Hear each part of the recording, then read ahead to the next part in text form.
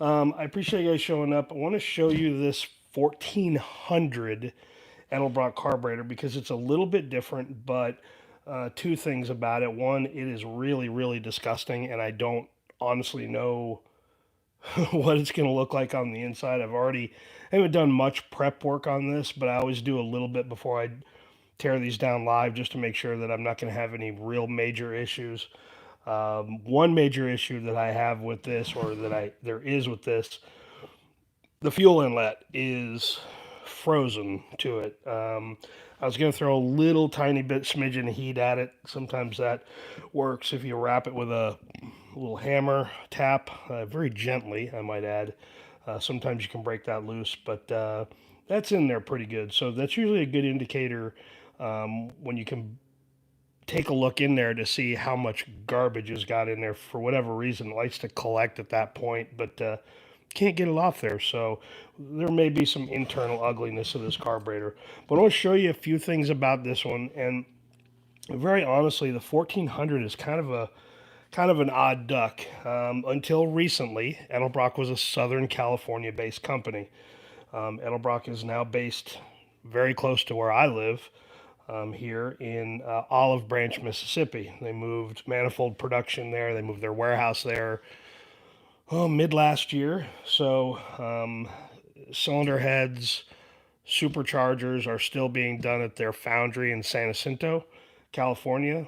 Carburetors are still manufactured in Sanford, North Carolina, and intake manifolds and EFI, and I think a couple other categories are here now in the Mid South. So, here and there, I'm not going to comment on any of the political side of that getting out of Southern California, but I'll let you guys decide on that. But anyway, I just want to talk a little bit about the 1400. Again, with this live stream, I will try to look at the comments a little bit closer. The last couple, I've kind of screwed that up and haven't really paid too much attention, so I'm going to look over there real quick now. 1407. Those are not mechanical secondaries carburetor. It is still a vacuum operated carburetor. It's they're a little odd in that little weighted thing, which we'll take out here in a minute, is what when the pressure drops in the intake manifold, that is what opens up that secondary flap and allows air to go in there. One common question that I get in a lot of my carburetor videos is they had the carburetor on the engine, thought they got it tuned up, okay, or maybe they didn't tune it at all, and they zing the throttle and they look down into the secondaries, and the secondaries aren't open when it's sitting there in their driveway, and they want to know what's wrong with the carburetor. Well, nothing's wrong with the carburetor. It requires that pressure drop in the intake manifold, and you're not going to get that unless it's under load. The load creates the drop of pressure in the intake manifold that actuates that weighted air valve. And we'll pop that out here in just a quick minute. But it's a really good question. I'm glad you brought that up about the mechanical secondaries, because the flap on the bottom is mechanically opened, but the air valve to start the fuel flow is all based on airspeed and pressure drop in the intake manifold. So it's a really, really good comment. I'm glad you brought that up. I already took apart a couple of things on this just to get started, get a few things out of here, because I don't like running the air tool or the drill to get the rest of these air horn screws out. And quite honestly, this thing's disgusting enough. But I'm going to start with the things that I normally do on a teardown of the carburetor. Now, the first thing I always do is pop the fuel inlet out. We talked about that. That's not coming out. So the top part of this carburetor may be trashed. We're going to find out here in a minute. Second thing I always do is remove the idle mixture screws, because this is a good telltale sign of how somebody has adjusted the carburetor. And we've talked a little bit about this before, and this one's fairly crusty, but let's see if I can get some of that off of there.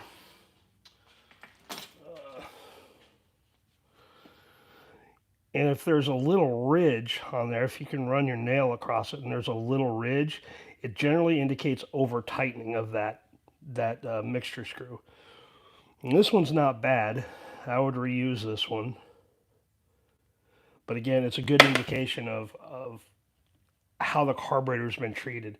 It's just a little tip that I guess I've learned over the years to look at, because if you over tighten these and you keep seating these really hard and trying to, adjust it, if you do that and it causes a little ridge on there, you're not getting that back. You're not going to remachine inside that cast carburetor and get that back. So it's usually an indication of if how the tuning will go once we rebuild this and it goes back into service. And this one's pretty good too. So I'm going to assume that whoever at least did that part of it didn't screw anything up. Let's take a look at one of the concerns I have about this carburetor. I don't know how well that's going to show up on the live stream in the lower resolution that YouTube does this, but this is a fairly disgusting carburetor. Now there's a couple of things about this that make me question what it was used on. And we'll know a little bit more when we pop the air horn off of this thing and take a look on the inside. But sometimes this chalky type of material that's on here indicates that it was in water. And that can be a couple of things. That can be it sat outside in the rain, which is more than likely probably what happened this one, or the one that's difficult is used on a boat. And if it is used on a boat, unless it is the marine rated carburetor by Edelbrock, and there's only a couple of them sizes out there of those, the marine saltwater and freshwater will trash these fairly quickly. The marine carburetors are coated, they don't have any vacuum ports on it. They're a little bit different in what the Coast Guard requires for them, and I think Edelbrock's carburetors are USCG approved. I'd have to look at that to see, but this one kind of has some of those characteristics to it, and I don't know if it has been, but it's a telltale sign that either this thing is sat out in the rain or it's been used on a boat. So we'll see if we can kind of figure that out as we go along here. The 1400 is something that's kind of different, and I wanted to talk about it a little bit because I haven't seen one of these in a while. It's not that they're super rare or anything. It's just Edelbrock doesn't make a lot of them. When Edelbrock was a Southern California-based company, because they were there, and if you look at the Edelbrock website and you look at all of the part numbers of stuff that they make, you will see that they have an emissions code with it. It's usually a 3-color, yellow, red, or green. And the reason being is because Edelbrock has got some calibrators on staff that do their supercharger tuning, that do some of their carburetor tuning, that work with the California Air Resources Board, CARB, to get some of these things approved. Now it's costly for them to do it, but it keeps a good relationship with the CARB folks. And like the EPA or not, or like CARB or not, I don't think it's going away anytime soon. It's just politically, it doesn't make sense to kill it. And hey, we're all drinking the same water and breathing the same air. So I'm not opposed to it, but I guess I'm opposed to how it's run. But again, neither here nor there. I told you I wouldn't get political, and I'm not going to. So, but anyway, that's how this carburetor came about. Is Edelbrock wanted a carburetor that was calibrated for something that would pass the CARB standards to get an EO number. Now, this carburetor, this 1400, happened to be tuned on a 1987 El Camino 5.7 or 350 engine, and that's what they did the test and qualification on. Now, I'd love to tell you that's top secret information that I knew about because I'm an insider and all that crap. It's on their website. If you go to the Edelbrock website and look at the 1400 and it shows the EO number, if you click on the EO number, it'll take you to the CARB information on how Edelbrock went through the testing and what it tested on. And in this case, it was a 1987 El Camino with a 5.7. The good news about this is it will work economically, fuel economy wise, with that size of engine. The bad thing about it is if you also look at this carburetor for a calibration kit, there's none listed. And the reason being is because Edelbrock doesn't want you to calibrate the thing.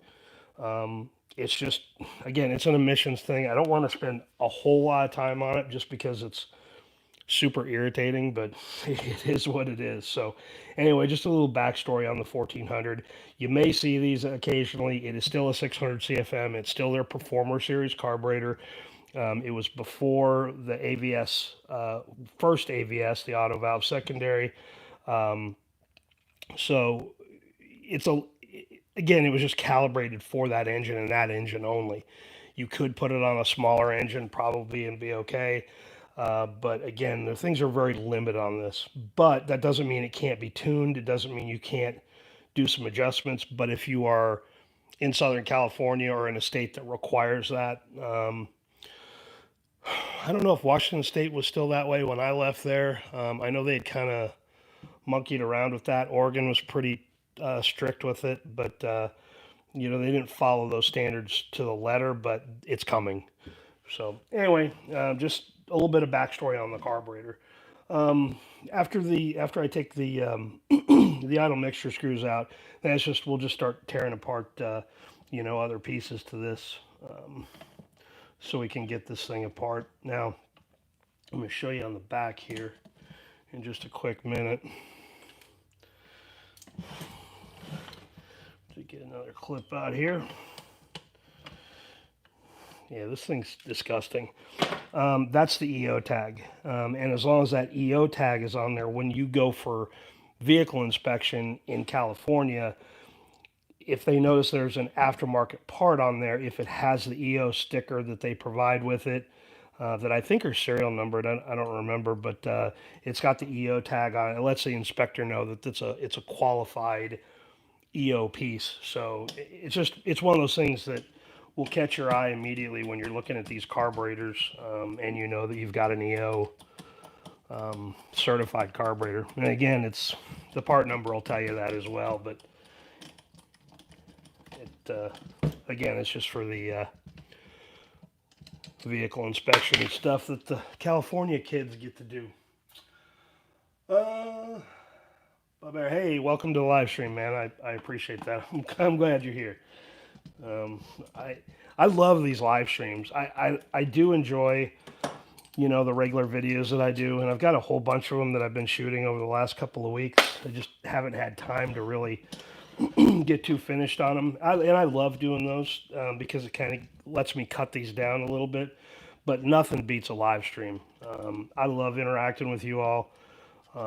If you've seen any of the videos that I do, or if you've asked me any questions on any of the videos, I try to answer all of those questions immediately, because if you're going to take the time to ask a question on something that I can help with, then I want to help you. So that's what I love about the live stream stuff, is we kind of break away from that, just regular old, ask a question down there and then wait for somebody to, or wait for me to get back with you. And I try to do it fairly quickly, but again, it's always fun. I love these live streams, and they're easy to do, and I enjoy doing it for that reason.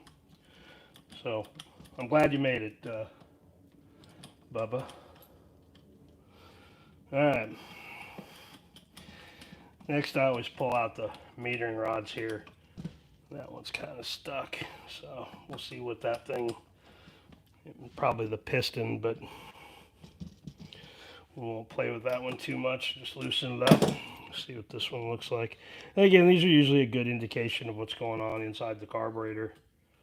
Yeah, I mean, it's pretty ugly, but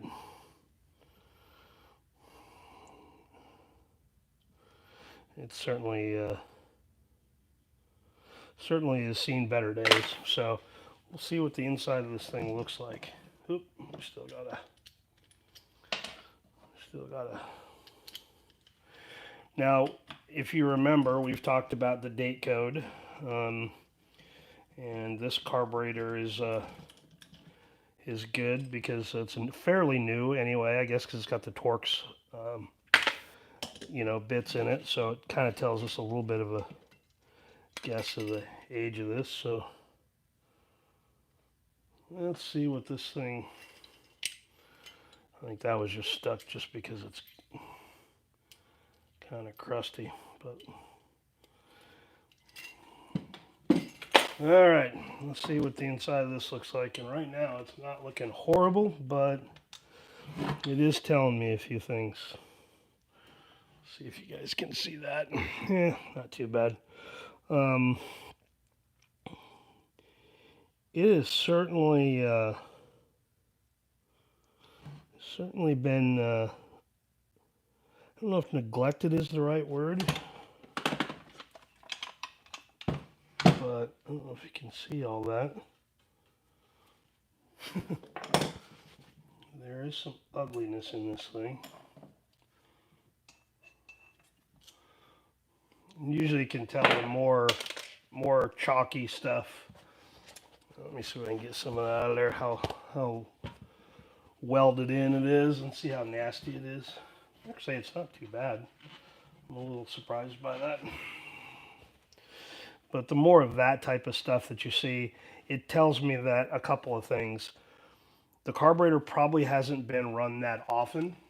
And when it does, it runs for a little while, it's shut off, and the fuel that's in there evaporates, and that's what tends to leave those deposits that way. The more I look at this, and when we talked about the outside, we're not sure what was happening with it or how it was used. I think it was just left out in the rain is probably what happened with this, because it's gotten down into here, but it doesn't show up in the floats, in the float bowl area here, and the accelerator pump area doesn't look horrible, but yeah, that's a good sign. If this had been used in a boat, then I usually don't rebuild them. Internally, they just tend to destroy themselves. Even freshwater. Saltwater will kill something very, very quick. Will kill a non-coated carburetor very quick. But this doesn't look too bad. I'm a little surprised by that. So we'll see. We'll see what we can do with this. And I guess the reason why, and I'll let you, I guess, in on a little future video that I want to do. And since this is a 600, I don't know that I'll be using it. But I will take a Performer Series 600. And if you remember, we've talked about the AVS2, the new AVS2 with the annular discharge boosters. I've gotten quite a number of questions on, can you take the AVS2 booster, the annular booster, and can you put it in the older Performer Series carburetor to upgrade the boosters? The answer to that is no. Edelbrock does not sell these separately. They don't manufacture these separately. And there's a good reason for that. Let me adjust this so I don't kick you here. There's a good reason for that. If you look at the sizes on the AVS2 carburetor, the AVS2 is not manufactured in a 600. They make it in a 650. They don't make the AVS2 in a 750. They make it in an 800. The reason being for that is the airspeed of the fuel, or the air, excuse me, that goes through here needs to be enough. Oop, I told you I wasn't going to kick the camera, and what did I do? Kick the camera. It needs to be enough that it draws the fuel from the system into the, I don't know if you can see those, but I've done quite a few of those. Not really. But anyway, I've done a couple of videos on that AVS2 and what that booster looks like. And I did a video on the annular versus a straight leg or a down leg style booster before. But the airspeed has to be enough to pull the fuel through it.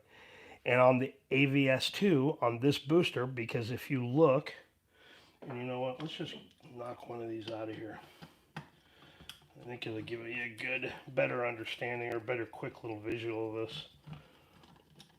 And we can see what the booster looks like here.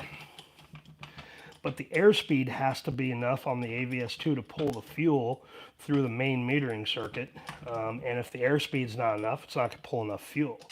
Well, I think what happened was Edelbrock's engineers,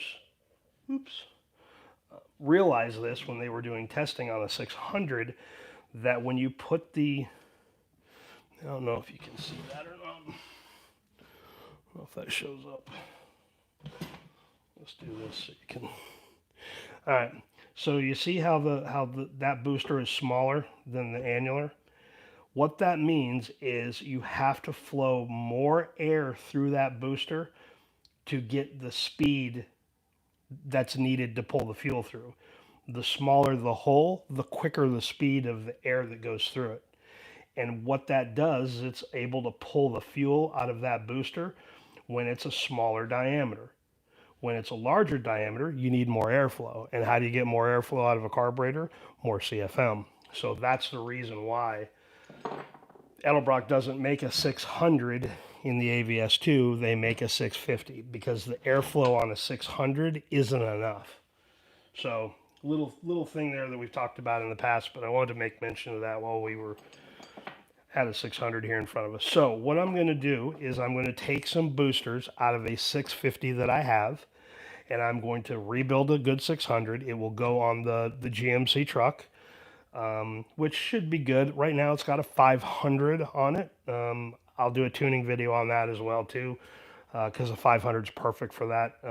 If you haven't seen the video on how to choose a carburetor size, you'll see why I chose a 500. But I will take a 600, I will pull the straight leg style booster out, and I will put in this style booster, and then we're going to drive it. They physically fit in there. Everything's the same size. The issue is there's not enough CFM. So what I want to prove is that the tunability stinks on it, which I think is going to be pretty bad actually. So we'll hook the AFR up to the truck.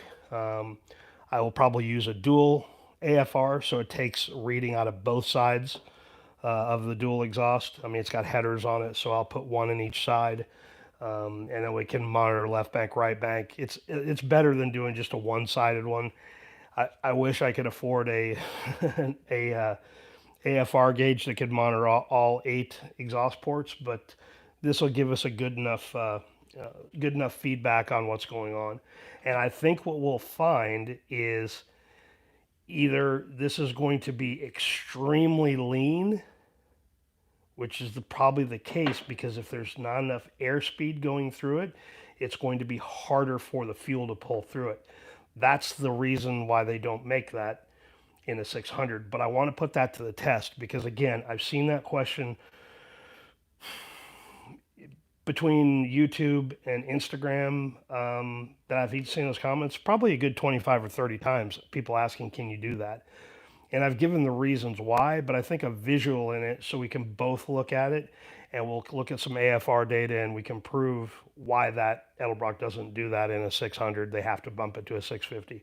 Why they don't do it in a 750, they bump it to an 800. It's because they need more airspeed and more flow through there. So anyway, that video I want to get that done before the end of the summer here, which shouldn't be too bad. It was 85 degrees here in the Mid-South today, so we're kind of in our summer weather. So maybe before the end of the year, I'd like to get that done because I think it's a good teachable moment for all of us. We can learn something from it. We can kind of prove that theory. And if you watched any of the videos that I've done on, testing the fuel filters, testing the lubrication, the greases that we tested on, assembly lube. I'm very much a results-oriented kind of guy. I don't do things because they're flashy. I don't do things because they're pretty. I do things to get the result that I want. And we'll see if that happens. So I just wanted to tease that a little bit. It's the first time I've talked about it, but I've made that decision quite a long time ago that I would do that. And now that I have the small block truck, we can do that. So I don't know if we'll use, I'm 100% certain we're not going to use this carburetor, but I've got another 600 we can use. So anyway, just thought I'd bring that up. Let's take a look at this booster. It's not horrible. It'll clean. It should clean up okay. Yeah, nothing. We'll run the wire rod through it and run some brushes through it, see what it looks like. But let's see what you guys think in the comments. Yeah. Greetings. Hey, Sean Brooks. Welcome to a live stream. Oh, see, I told you. Joseph had that question, and I knew it was coming. Anytime I talk about boosters and these things, and especially the AVS, it's a great question, Joseph, and you betcha we're going to figure that out. So if you could swap it in 800 parts. Yeah, again, I do have a 750. I do have a 750 that's clean and ready to go. I may do that, but the problem with that is the 750 on the 350 that I have is way over carbureted, and I don't think it'd get us good results. So I'll do the 600 and the annular boosters out of the 650 AVS2 that I have, and we'll go that way. But maybe we'll sometime down the road there, Joseph. I wouldn't mind doing that on a 750. Take the 800 boosters out, annular boosters out, and put them into a 750 and see if that works. So it's a great question, and I think I know what the results are going to be, but the only way to know is to just do it, and we'll do it. So I've got the dual O2 sensor AFR that's wireless. That's a beautiful tool. I think I don't know if I did it. I may have done an AFR video on that, the fast one that I have, but it's wireless. It goes to my cell phone. Awesome piece. Absolutely love that because it's wireless. So the O2 sensors go in the exhaust. I pop open the app on the phone, and I can literally sit there driving down the road and turn it on whenever I want. So, let's see here. F250 with 460, 7.5. What CFM should I use? That's a really good question. I'm going to point you back to the video I did on how to choose the right carburetor size. And the reason why I'm going to push you that direction is you didn't give me enough information. And if you watch that video, it's short. I think it's 15, 16 minutes, something like that. I'll explain to you how we figure that out. And if you watch the video and put in the information that is in that video that drop me a comment in that video, and I will either confirm with you or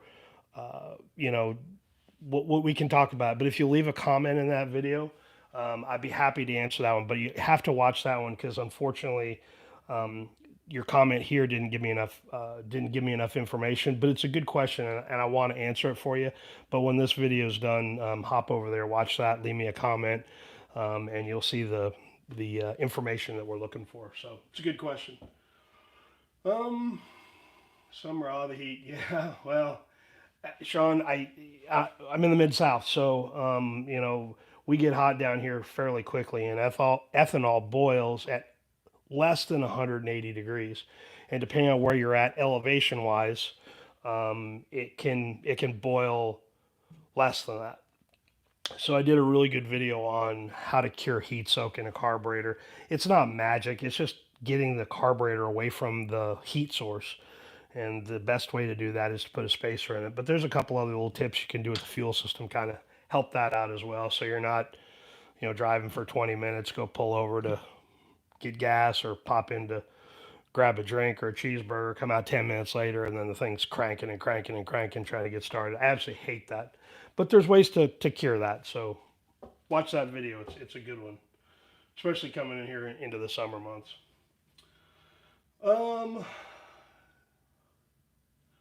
Let's see here. Have the AVS2 800 on right now. It could be, and that's the good thing about watching that other video is there's some other information in there and some other information that's based outside of the typical mathematical formula.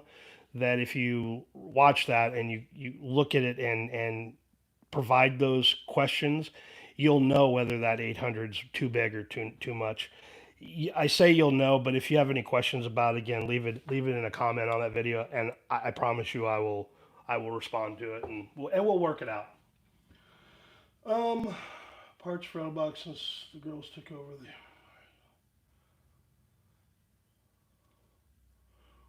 the. Not sure what you mean there, Joseph, on the having enough parts. Edelbrock does a fairly good job with service and repair parts.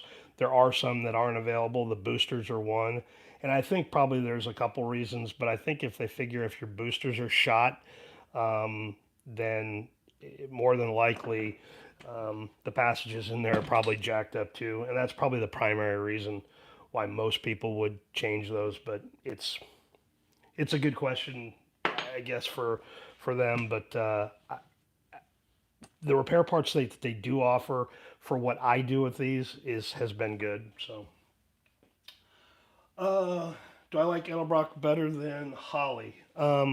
Again, and I think I did well, I know I did a video on the differences between those two carburetors, and it really drives me up the wall when somebody says Hollies are pieces of junk, they're worthless, they flood too much, the only way they work is at wide open throttle, their idle circuits suck, yada yada yada. And same with the Edelbrock.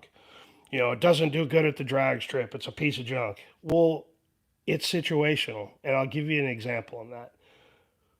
Camshafts are a really good example. Tell me what the best camshaft is for a big block Chevy. What's the best camshaft for a small block Ford? What's the best camshaft for a 440 Chrysler? There is none. There's not. There's not enough information. Are you drag racing it? Are you autocrossing it? Is it in a four-wheel drive truck? Is it in a dump truck? They're situational. Carburetors are situational, just like camshafts. So Edelbrock has its space, and Holly has its space. If you were telling me that you are going to build a 7,000 RPM small block nitrous motor for the drag strip only, I am not putting you in an Edelbrock carburetor. It just does not work for what that is doing. If you are going to have a nice 500 horse muscle car that's going to primarily be used for, you know, stoplight to stoplight fun and cruising around and, you know, hitting the highway occasionally to go to a car show somewhere, then the Edelbrock's probably a better carburetor. But they're all situational, and that's why I love that question, because it's always really good for. And sometimes people get stuck on it. They'll go, well, I had an Edelbrock on my whatever, and I took it off and put a Holly on. It ran so much better. No, it didn't. It's just that you didn't tune the Edelbrock carburetor. Your fuel system's wrong. Your ignition was not correct. And you tune a carburetor and ignition at the same time. You don't tune them independently. Um, it's all situational. And I almost always instantly, you know, think of that when somebody says, you know, Edelbrock's a piece of junk. You just told me that you don't know how to tune anything. You don't understand how to choose parts for a build. And that's okay. I mean, we're all ignorant of something, and a lot of folks are very ignorant when it comes to what these carburetors are designed to do. Again, if you're building a 600 horse, 700 horse street engine that you're just going to cruise around and enjoy and do big, long, smoky burnouts in it, sure, we could put you in an Edelbrock carburetor. Again, if you were going to the drag strip or you're going to the Texas Mile to do a long, you know, 175 mile per hour pass in it, then probably not. I'm not going to put you into an Edelbrock. They're all situational. So I love that question. I'm glad it came up. It's a good one, but for sure, they all have their own spot, and they're all situational. So that's the best way to look at that. Edelbrock body castings or changes. Used to be Weber, now it's Italian. Actually, not. The bodies of these carburetors are made on the East Coast. They are not made in North Carolina, but they used to be made by a company called Magnetti Morelli. Edelbrock owns that manufacturing facility now, and all of those carburetors, the bodies, Edelbrock physically makes the jets for them. I watched them in their production plant this past September when I got the opportunity to tour that facility. They make those all there. They make the boosters. They physically cast the booster. They do all of the machine work on it. They do all of the port work on it. They install the plugs, they install the tubes, they make the tubes there as well. These are, other than a couple of little things, and I'm not sure on the actual hardware, the screws and nuts and all that, but they're 100% made on the East Coast. So it's a good question. But yeah, I wondered that myself. And watching them manufacture this body, yeah, trust me, they are made in the USA. Vic was pretty adamant about that. And I had a number of conversations with him over the years in a different capacity.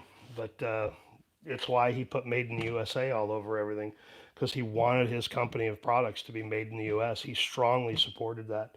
And unfortunately, the world's not going that way. We all want things cheaper and cheaper, and the market dictates the price. And the more we ask for stuff to be cheap, the more stuff that's going to get pushed offshore.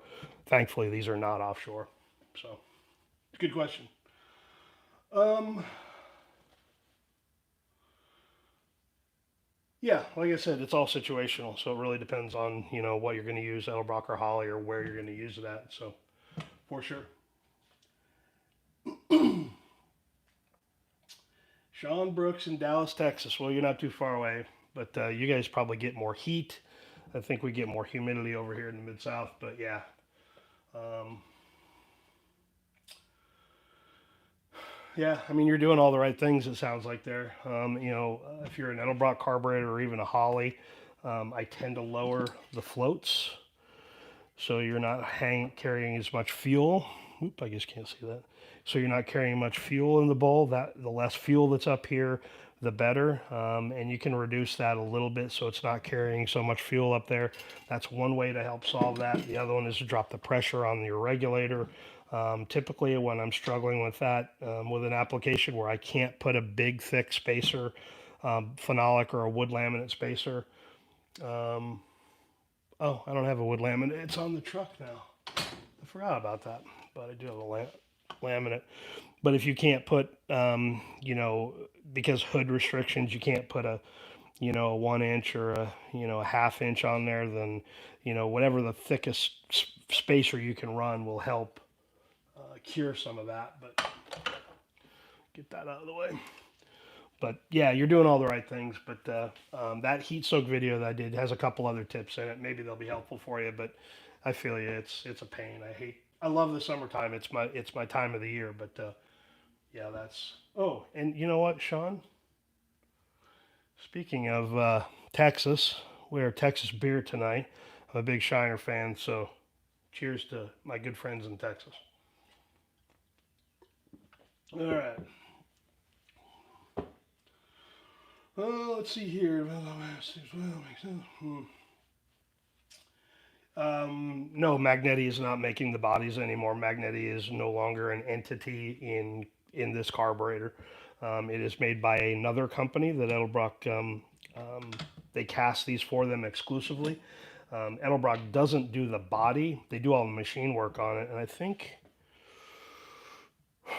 oh, I know. When I did this video on milling down the carburetor so we could take a look at the main metering circuit, the accelerator pump circuit. I think I threw a shot of a video in there of the machine work that happens on these as they machine these passages out. And that video was taken there at the Edelbrock facility. So again, they're all made here in the U.S. So it's kind of a cool deal. Okay. El Paso, yeah. Well, El Paso, man. I'm sorry, I keep kicking the camera. El Paso, you definitely know about heat over there too. So, I spent a year of my life in El Paso. I know how hot it gets there. That's for sure. Oh, North Richland Hills, cool. A lot of Texas folks on tonight. Absolutely love the state of Texas. Absolutely love them. SP2P manifold, 455 gears. There's a cooch on there. That's a yeah. That's a really good question there. Tile Dave 621. most of your fuel economy is not going to come out of the carburetor. You can tune these so it is a little more efficient. Certainly, the Edelbrock carburetors are far more efficient than the Holley. The Holley does a really good job of dumping a lot of fuel. Um, your fuel economy is going to come from the transmission.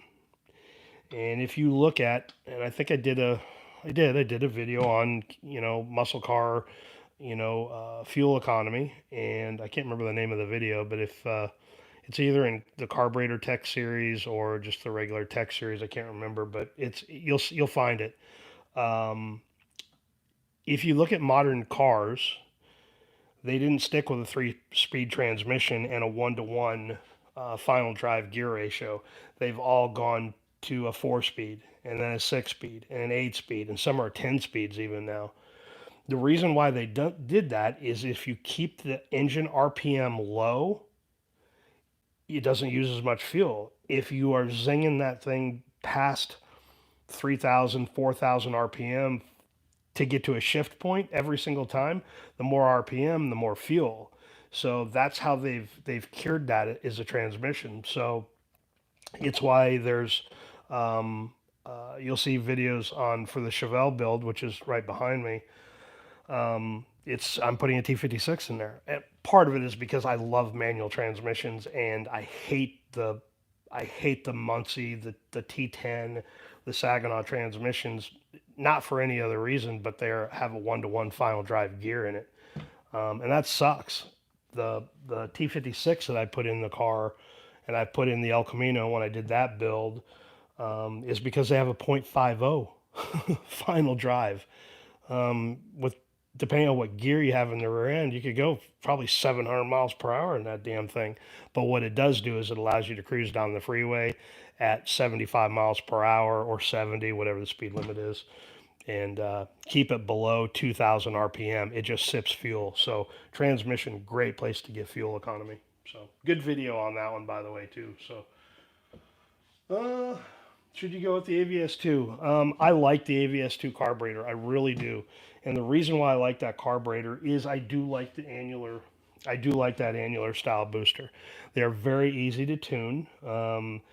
I think it's helped a little bit in the responsiveness in it. Now, we've talked about, I'll pull this back out of here. We've talked about the Texas beer to the side. Sorry about that. YouTube doesn't like that when you have alcohol in their videos, whatever. These transfer slots here, okay, that's where you have most of the biggest problem. And it was one of the reasons why I milled the front of this carburetor off, is I wanted a better look inside from this side of it. So I could take something, I don't know if you can see that or not.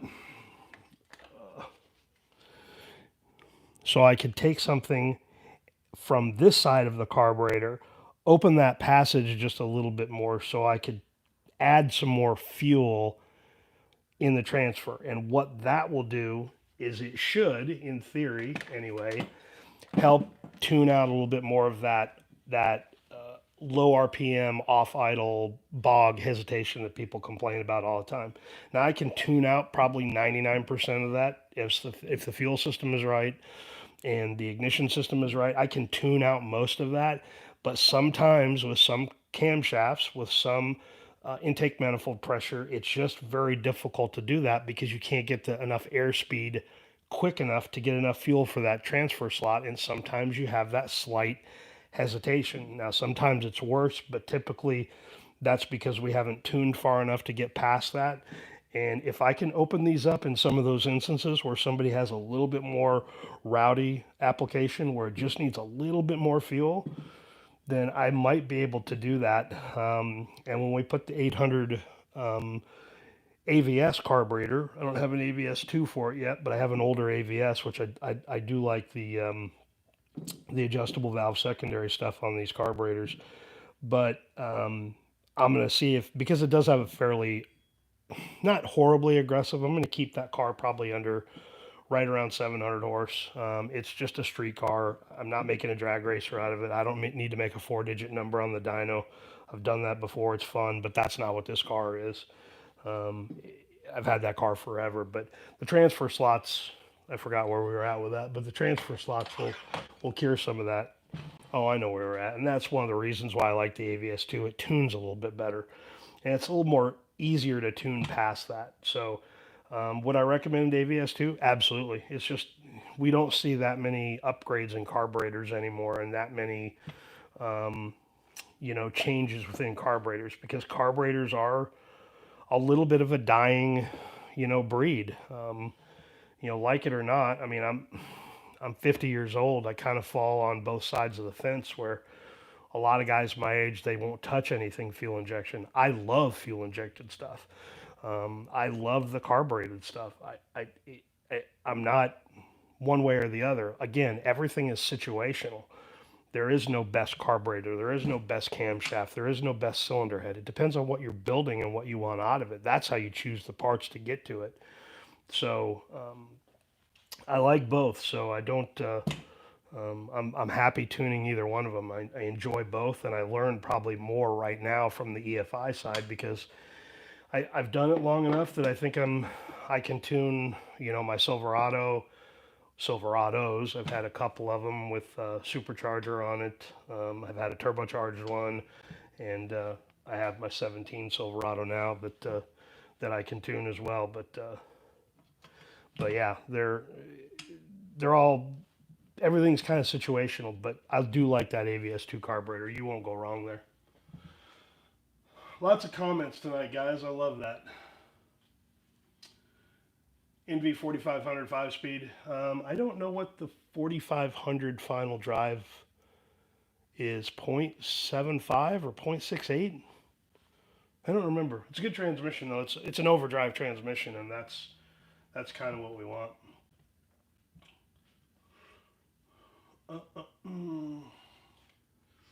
Do I think the AVS2 carburetor has any advantages? Yeah, I do. When you go from that down leg or straight leg style booster to a annular booster. I don't know if you can see that. Yeah, there's some better fuel distribution. There's better spray in it, and that's what I love about the AVS2 carburetor. I did a video on testing these to show what the flow kind of looks like without any airspeed going through it, and you can see how the fuel coming from the down leg or straight leg style booster is more lumpy. This one's more broken up, and that's a good video because I just hooked it up to a little thing, put a pump to it, hand pump, and then pump water through it or mineral spirits through it, so you could get a good look and see how that at least comes out of the booster nozzles and the 8 that are here on the AVS2. So it's a good video to show that the AVS2 is much better at atomizing the fuel, and then the airspeed going through it helps break it up. So the more you can kind of break that up, the better you are on the tuning side. So absolutely, I love the AVS2, and I think that's the biggest advantage to it. I think they did rework a little bit of the circuits in it, the main metering circuit. I think they had to open it up just a hair on the fuel side, but I can't confirm that, and I never will be able to unless I take a brand new AVS2 carburetor and kind of do what we did on that 600, that 1406, where we milled the front of it down. But I think that's what the case is. I'm sure I could ask one of their folks, and I think they would probably tell me. But do I like the AVS2? Oh yeah, it's a good carburetor. It just gives you another piece in the puzzle. It doesn't mean I'd never recommend a 1406 anymore. It doesn't mean I would never recommend a 600 CFM Holly or quick fuel carburetor. It doesn't mean any of those. It just gives you another tool in the toolbox, so to speak. So, yep, absolutely love them. Let's see here. F55 24. Oh, Tile Dave, that's where you're cruising. Oh, 75 miles per hour at 2400. That's kind of on the steep side. So that could be a 0.75. I think you're still talking about that 4,500. Yeah, yeah, yeah. I mean, there's enough online calculators in how to figure that, and I think in that video where I did on can you get fuel economy out of a muscle car, I think I put a link to that, the one that I use. It's just simple. It's just you can search it online and find a couple of good ones. Spicer has a good one.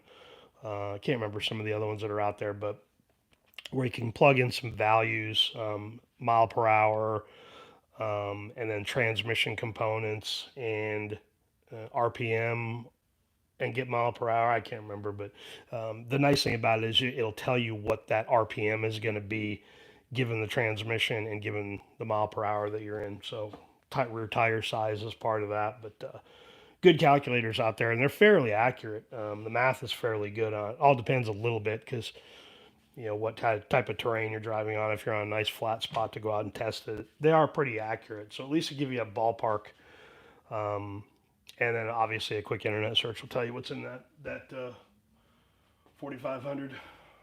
Let's see here.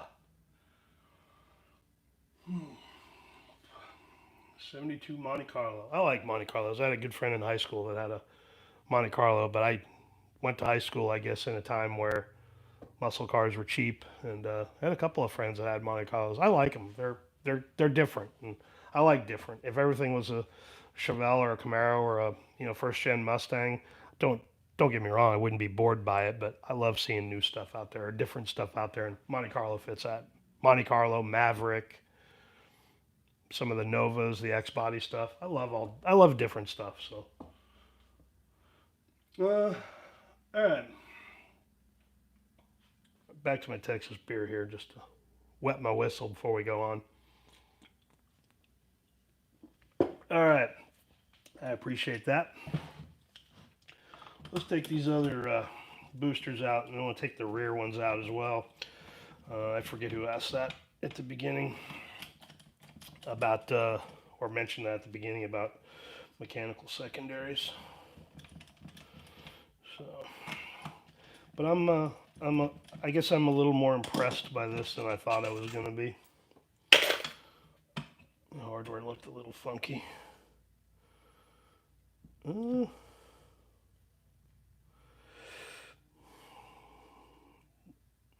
carburetor may have been into before at one time, but the boosters look good.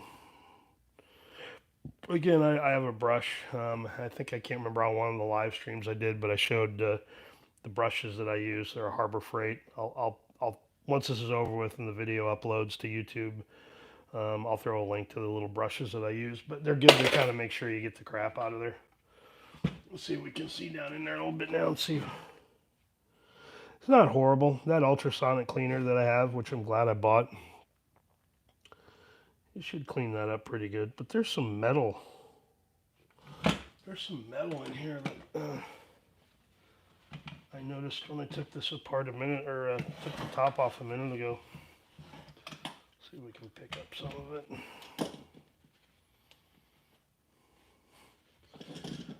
Let's see here. Sorry, YouTube, you get to look at my beer again really quick. Let's see if this is aluminum or, well, it answers that question. It's metal. It's not much, but there's enough of it in there. I wonder where that came out of. I don't know. We'll keep investigating. Let's see if we can find it out, figure it out. Alrighty. Let's get these rear boosters out of here.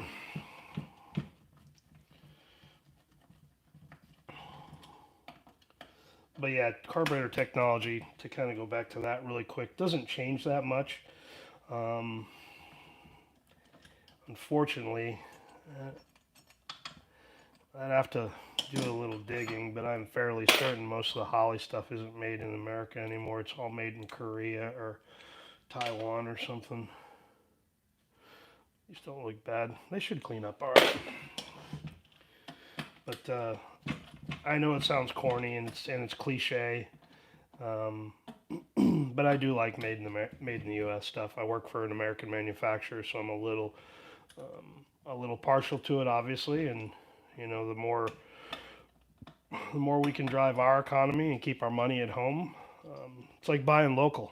You know, if you got a little mom and pop gas station, you know, or go to you know, a gas station's probably a bad. Grocery store is a good one, I guess. But if you got a little mom and pop grocery store, I try to buy there because it keeps your money local. You know, those folks live in the community, and the money gets spent back into the community. So I kind of like that. All right, we talked about a minute ago or at the beginning of the deal about mechanical secondaries. Yes, the underside of this, and I'll flip this over in a minute, is mechanical on the flaps at the bottom, but this weighted air valve is what is needed to open the secondaries. Gee, she's run a little rich in her life. But as the pressure drops, when the engine gets under load, that's when this air valve flips open and allows the fuel circuit to carry the fuel through the booster and into the system. So it's all based on engine load. That's why with this carburetor, if you sit in the driveway and zing the throttle open, it doesn't move. And people tend to look at it and go, oh, this thing's a piece of crap. My secondaries aren't working. Yeah, they will. It's just you're not under any load yet. You can't zing it in the driveway and create enough load for it to do that. You got to move that big heavy vehicle, or try to get it moving down the road, and it creates the load, and then the pressure drop in the manifold to give it enough to open the secondary up. So this carburetor, I thought it was going to be worse, to be honest with you, and it's definitely not been treated really well, but it's not horrible either. Sorry, I keep looking back at the screen here to make sure I don't have this stuff all out of view. It's one of the challenging things about doing a carburetor video, or any of these videos that I do on my workbench here, is sometimes I'll get out of screen talking about something, and it's like, oops, you can't see what I'm talking about. But anyway, it's not looking bad. But anyway, hopefully that answers somebody's question on why you can't, or why it's not a mechanical secondaries carburetor, and why you can't see this open. I don't think they asked that. I think I interjected that in there, but it's a good point to make. All right, let's go back to the comments. Yeah.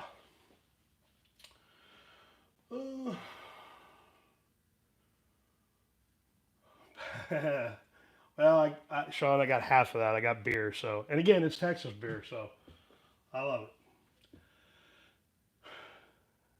Oh, cool. I'm glad you watched that heat soak video. It is good. It does give some good pointers in it. So I hope it was useful to you as well.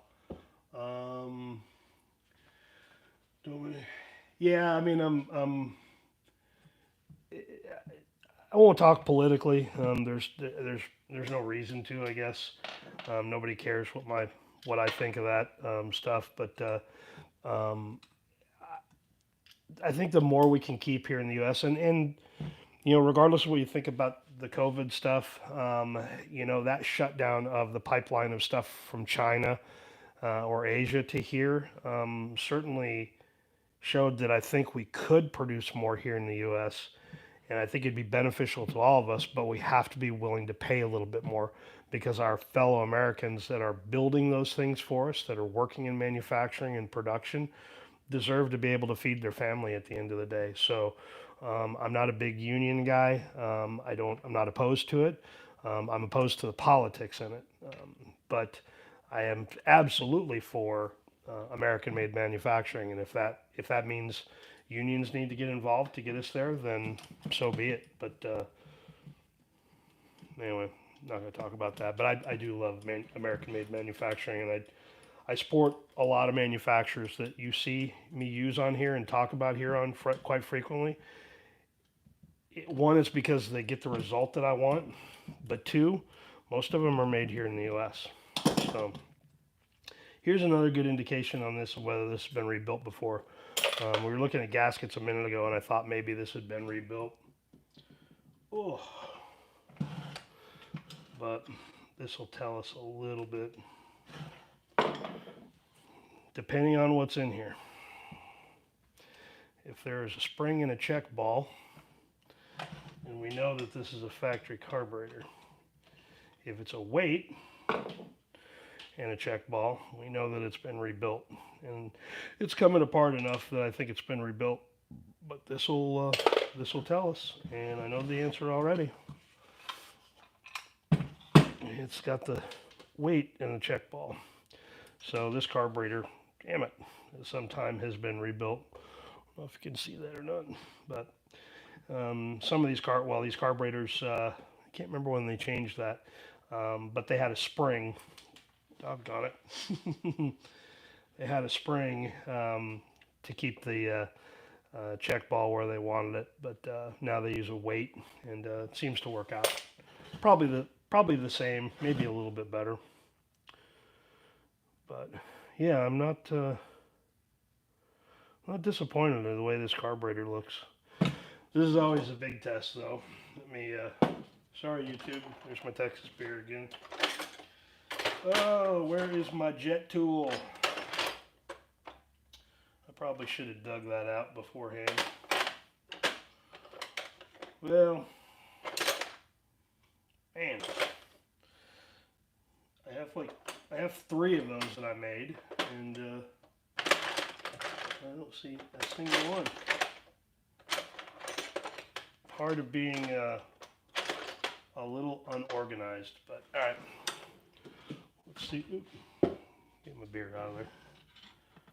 Let's see if these are stuck in here really bad. It usually means the end of this carburetor. And that one came out. It's a good sign. A little in there. Feels like it was over tightened, but also too the ethanol in the fuel will do that. That one broke free. Alright. I usually don't keep the jets and rods. I almost always replace them. Almost always replace these. So I don't care what came out of here. Ooh, that one's a little bit. I'll have to get the jet tool on that one. But that one broke free pretty good. But I usually get people asking why I don't, set those aside. And sometimes I do, if it's something that I've already tuned before. And I kind of know that we're just freshening it up. But I almost always replace the jets and the rods in it. So no other reason than just the threads. Sometimes I want them to be fresh, and you can't retap those. I mean, I guess you could, but it doesn't really make much sense. It's a cast body. They're not not a precision. It doesn't have a time cert or a nut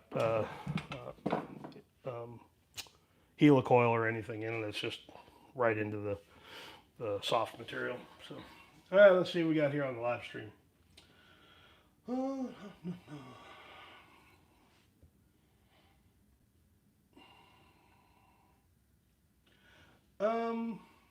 Yeah, you know what? On that side of it, Joseph, I've run into this a number of times, and the good news is, and I just helped somebody with this a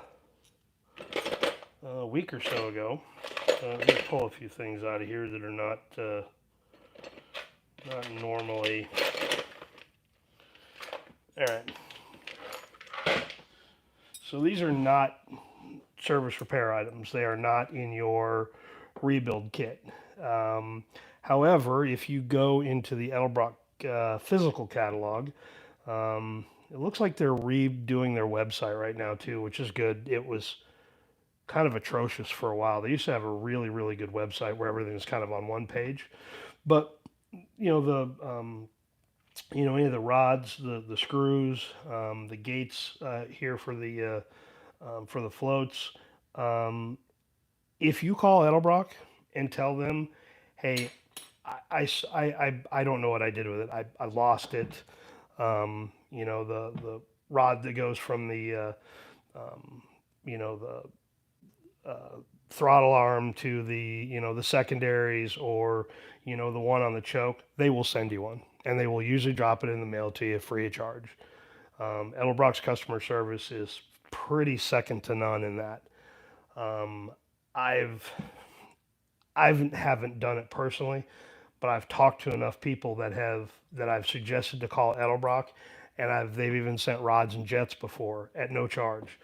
They've sent idle mixture screws. They've sent stuff that's not, well, idle mixture screws are a service repair item. You can buy those by part number, but I have seen them do that. So I know that they may not be in the catalog anymore. Some of these things are, but if you call Edelbrock and tell them exactly what you're missing and what the problem is, they're pretty, I hate to use this word, but they're pretty liberal with sending this stuff out. So it never hurts to ask. I think most of their tech line is still based in Southern California, so most of those guys I think are still with the company, but they're usually pretty good about sending that stuff out. So, you know, if you're looking for something that you need, that you lost, broke, destroyed yourself, whatever, they're usually pretty good about getting that to you. So I know they're not available all the time on the website maybe, but yeah, don't lose faith in it. They're usually pretty good about that stuff. So again, it was one of the things that it kind of, you know, always attracted me to Edelbrock, you know, for other reasons. I mean, they make great intake manifolds. Their cylinder heads are pretty doggone good. Their superchargers, we'll do a video on superchargers at some point, because I get kind of a little tired of reading some internet comments on it. But we'll talk about that later on down the road. But, you know, that brand, that company does a lot for the made in the U.S. stuff, and you know, they stand behind it. And the nice thing about having a good customer service department is they're, you know, again, I don't know if that was a Vic thing or if it was just a, hey, we sold it, and somebody's having a problem with it, let's help them type of thing. A good example of that is if you were ever at a Good Guys event, or, oh, I don't think they do NSRA stuff anymore, but any of those events, if you are, go to their event trailer, and I know this, I guess I won't tell you why, but I do know this, and if you go to that event trailer, depending on where you're at, and you have a problem with the carburetor, I have personally seen them rebuild that carburetor right there on the bench for you, and cure some of the problems that you may be having, offer you some tuning advice, sometimes give you some rod and jets, step up springs, whatever, because those event trailers usually carry a full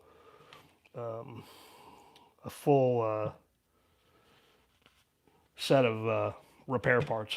So anyway, I don't want to get too deep into that, but that's their customer service. I don't know why this was sticky.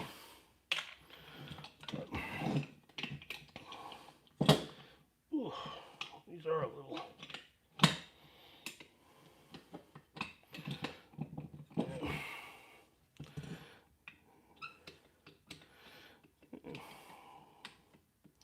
Got a little play in it, but this one's probably all right.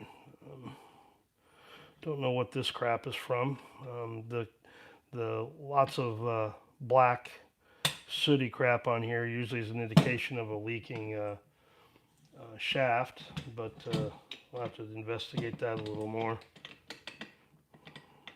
It could be the case. And those are not repairable. They never have been. You can't, it's not like a Q-jet where you can just bush it. So we'll have to take a look at that, I guess, a little bit closer to see if that will prevent us from rebuilding this. But choke off here, and we'll do our. Again, I'm a little I'm a little surprised by this one. I didn't expect it to be as good as it is. Damn it, I don't have that tool. Oh well, we'll take the choke off. I've got a set of tools that aren't a nut driver with the T15, T25 Torx bits, but they're on the other side of the garage, and I don't want to go over there and get them. So anyway, so that's as far as we'll tear it down now. But I'm pretty impressed with the inside of that. If this was a 1406, I would rebuild it.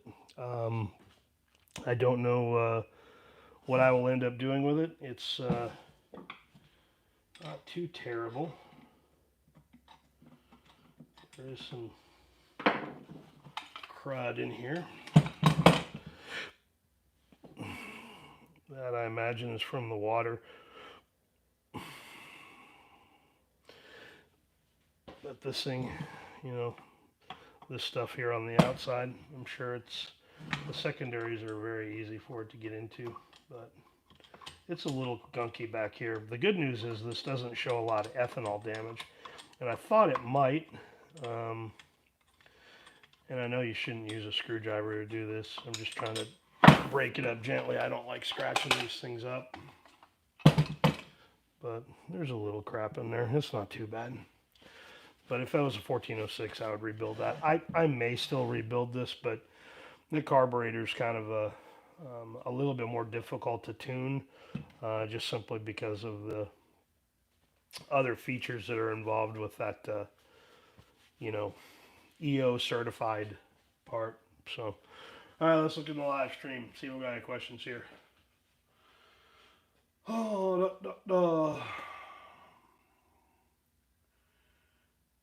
fuel regulator suspended. Tile Dave, is it okay to mount a regulator, fuel pressure regulator, suspended on the fuel line above the water neck? Yeah, I wouldn't have any issue with that as long as as long as you don't feel it's going to interfere with the fuel line, and if it's a Holly carburetor, I guess it depends on what inlet you have on that carburetor. But yeah, I would be probably okay with that setup. I'd have to just look at it maybe to see exactly what it looks like. But if it's not causing any stress on the fuel line, it's okay to put the regulator there. I would have no issue with that. I think it's probably in a good spot. So, you know, it's kind of a judgment call a little bit. I'd have to take a look at it to see it, but sounds it's probably all right. Speak to the Edelbrock customer service.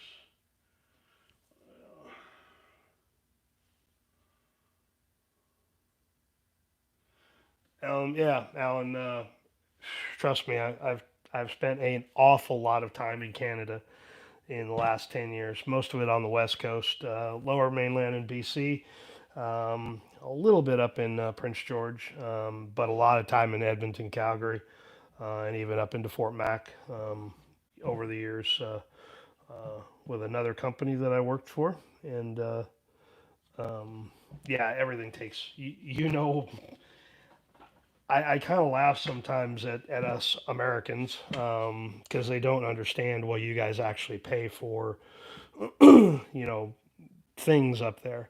You know, your government's a little bit different, so your taxes a little bit different. The GST, HST stuff is different, but you know, the value of your dollar changes every doggone day, and it is hard to keep up with with that stuff. So, you know, even though that stuff was probably mailed to you at no charge, I'm sure you still paid for it. Something you paid the tax for the duty or whatever. So, I feel for you there, man. I spent a lot. I love Canadians. I work with a Canadian now, currently, and just good people. So, I think that's everything in the description or the comments. I'm gonna have another swig of my adult beverage here. I do love Shiner. I've had them on live streams a couple of times. I'm not a beer snob, but I do like darker beers. for a lot of reasons. I guess won't go into all of them, but I do like them. So, and I like the little bit heavier beer, even though we're coming into the summer months, and I'll probably get a little lighter in the beer, but I do I do enjoy it. So, all right. Well, that's about as far as I'm going to go. Let's see how long. Yeah, I figured we were over an hour. I didn't know we were going to be that bad, but that's as far as I'm going to go on this one. I will throw it in the ultrasonic cleaner, get the rest of the choke off there, and see if we can get a little bit better inspection on it when it's a little bit cleaner. But right now, I would rebuild it. Again, I don't think I will, but it's certainly not in bad shape. So I may keep it around for in case I do need something kind of in an emergency for somebody that's just needs something really cheap to get back on the road. You know, kits are fairly inexpensive, and I've probably got enough parts laying around here to probably put together a couple of kits. So, but anyway, um, we'll throw it in the ultrasonic cleaner and see what comes out of it. But I really appreciate all the comments tonight. It all, like I said, this is one of the fun things about doing the live stream and why I absolutely love these, because the interaction that we can have is certainly way better than um, just a normal post a video and you drop a question type of thing. So it's always fun for me too, and I hope you guys enjoy it as well. So, what's your the Moroso Cool Can? That is a really, really good question. Um, I'm not opposed to it. They work really well, I think, at the drag strip. And anything that you can do to cool down the inlet temperature of anything going into the engine, I think it's been proven enough um, that anything you can do to cool that charge down, um, the better off the engine likes it. The problem with the cool can is it's finite. You got to fill it with ice or dry ice, or whatever you're going to put in there. Ice is typically, I guess, what everybody uses. And it's probably really good for a hot day at the drag strip, but a hot day driving around town, not so much, because at some point in time, you're going to have to stop, pull over, drain it, throw more ice in it. Now, I guess that's probably not that bad if you're, cruising across town to go to, to go to a good guys event or a car show somewhere, and it's just going to sit there for however long, an hour, 2 hours, whatever, and then you're going to just drive it back home or cruise around a little bit. But it's got some restrictions to it. Is it a good piece? Yeah, it's not bad. And again, I would use it on a drag application if I was having issues with it, but or having issues with heat soak or heat issues in the fuel system. But yeah, I mean they're okay. But again, everything's situational. Just like we talked about camshafts and carburetors earlier, everything's situational. It has its place in some things, and some things it doesn't. It's not practical enough for me anyway. So, but certainly if it works for you, it works for you. So, I'm a big turbocharger fan there, Joseph. So, um,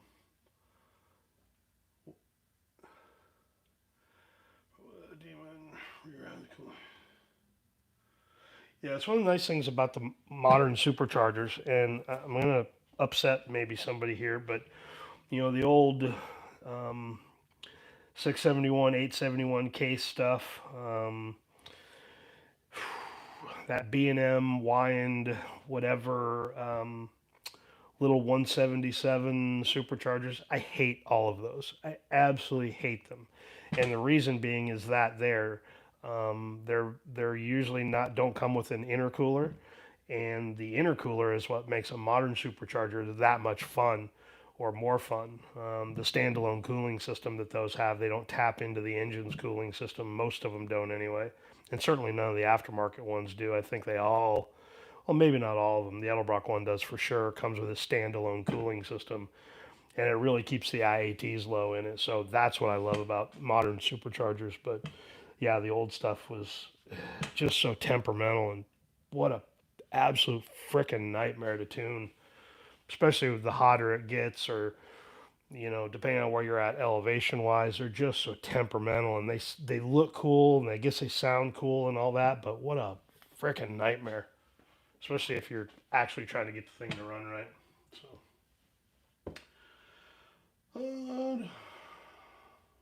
used to be a Garrett engineer. I'm a big fan of the Garrett turbos, no doubt. I typically like more of the air, or excuse me, the oil cooled stuff. The air water cooled turbochargers, I'm not that much of a fan of. It's the oil cooled stuff. It's just simpler, and that's just my preference. And some folks are will go a different way on it, but there's good turbochargers out there on the market. That's for sure. In the future, to install electric fuel pump return line. Tile Dave, I'm very particular about that anymore. Not for any other reason than uh, I've got enough folks that I do some work for here locally. That I typically work about a 50-hour week at my normal everyday job, and I will do some rebuilds and some tuning for some folks. But if you drop me an email, my email is in the about section, I think, here on YouTube. Drop me an email, and I'll see what I can do for you. But I'm usually fairly particular about that, just for a lot of reasons. My shop is here at my house, so I'm a little protective of that. I don't operate a shop anymore. It's been quite a few years since I did that. I had a YouTube channel here on that quite a few years ago, which was fun. But when I sold it, I killed the channel, and I'm a little particular about it. So maybe, but if you email me, I can probably walk you through most of the questions that you're having, or if you have any questions, you can leave them in another video or whatever, and I'd be happy to help you. So. Da, da, da. Okay. I think I hopefully didn't miss many of your comments tonight. If I did, I do apologize for that. Again, I hate doing that. I think I've got a better system now to keep me a little bit better tuned to what's going on in the comment section. So I know any of y'all that watched some of my live streams over the years maybe been a little frustrated by that you asked a question and I didn't get to it. I absolutely hate that. If you took the time to ask a question, then I owe it to you to answer it. So I do apologize for some of those in the past. Got that one jet to remove in the back. I'll get the jet tool out for that, and then we'll ultrasonic clean this thing and see what it looks like. I guess we didn't talk about what the floats look like. These are kind of crusty. These I never reuse. They're a service repair item. They don't come in the rebuild kit, but they sell them separately, and I never rebuild a carburetor unless it's one that I've done recently for somebody. I always replace these every single time. They're not that much money. It's just cheap insurance. And these are kind of crusty anyway, so I don't mind throwing those in there. I'm not going to reuse them. Sometimes you can get a little bit of an indication on the needle. How it's been treated, but yeah, not so much on this one. It's not horrible. Like I said, this one doesn't have hardly anything that I would consider ethanol damage to it. It looks pretty good. It's just, I think it's probably sat out in the rain. And given where I know the carburetor came from, because the gentleman that I bought the GMC from, it was his truck. He had a lot of stuff laying around that he let me pick through and bring with me. So I know it wasn't taken very. He was a sweet old guy. Very, very nice gentleman. I had a wonderful conversation with him. I'm glad I waited to buy that, to look for that truck, and found that guy to sell it. We had a great conversation. I've talked to him a couple of times since, and he's just a really nice guy. So, but yeah, I know this thing wasn't treated very well because I know it was in his shed, but his shed wasn't exactly the cleanest thing in the world, and it was a little leaky and musty in there. So I do have a 750. Actually, it's right here. I do have a 750 that I got out of there. It's the 3310, so it's the vacuum secondary's carburetor. I may do another live stream on how to tear that thing apart too. It's about the same. It's a little funky down in there. Somebody removed the choke plate off of it. Doesn't look like they've modified it any. It's one thing I always look at on these, if somebody's drilled any extra holes in it, if they've cut any or modified anything on these. You don't need to, but people do that all the time, and it usually gives you a good indication it hasn't been treated very well. But the that gold type of finish that they have is mostly on some of this carburetor, so it may be rebuildable. I don't do a lot of these. It's not for any other reason than I just don't. If I rebuild a Holly, it's usually a double pumper. I prefer those over the vacuum secondary stuff. If you want a vacuum secondary operated carburetor, I usually put you into an Edelbrock. So the Hollies are just, they work fine, but they have some of the same issues that a Holly has, but they're also restrictive in it. That this one's a little funky, so we might tear that one down on a live stream too, just for the heck of it, but we definitely won't do it tonight. If we flew through that one tonight, maybe I would have torn this one down too, but I wanted to keep this under an hour, and I've totally blown that one out of the realm of possibilities. So we'll get to that some point down the road. So anyway, take one last quick here look at the comments. So, but yeah, Tile Dave, don't hesitate if you want to email me anything, any questions, or any of the videos. If you have any questions on anything, I'd be happy to help you there. Like I said, I'm just a little picky about that anymore, and it's just more for personal reasons, I guess. But who knows? If you're located anywhere here in the Mid-South, you may run into me at a car show or something like that. The C10 will probably be done here, drivable. Again, everything's on back order right now. It's kind of funky, but radiator's mostly done in it. I got a couple of fittings coming because I had to remake some transmission lines for it, but that'll be on the road here. So I'll do a couple of car shows. I don't think I'll do Cruising the Coast this year. Obviously, COVID killed it last year, but that's a really cool event. I love that. It's one of the really cool car shows, and I'm not a car show guy at all. I absolutely usually avoid them like the plague, but there's a couple that I'll do. I'll do hot rods on Beale occasionally, but you might see the C10 down there. If you do, I'm certainly open to talking to anybody. But yeah, so anyway, cool. Well, I think that was it. Yeah, again, I do appreciate everybody on the live stream tonight. Made it fun, for sure. I always love that.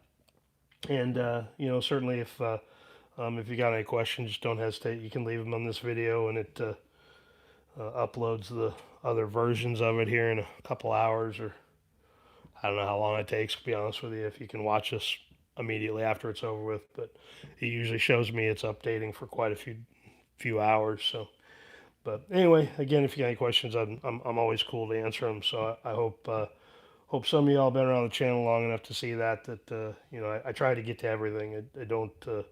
Again, if you took the time to ask a question, it's because you need an answer and you need some help, and I'm always happy to try to do that. So, yeah. But anyway, I guess we'll kill this thing now, and you know, we'll see how this thing cleans up. But anyway, I do appreciate you guys being here on a Saturday night. Hopefully, you all having a good weekend. And I had a great Friday night. Went to the drag strip for, well, almost 8 hours yesterday, and had a heck of a good time doing that. I haven't done that in quite a few years.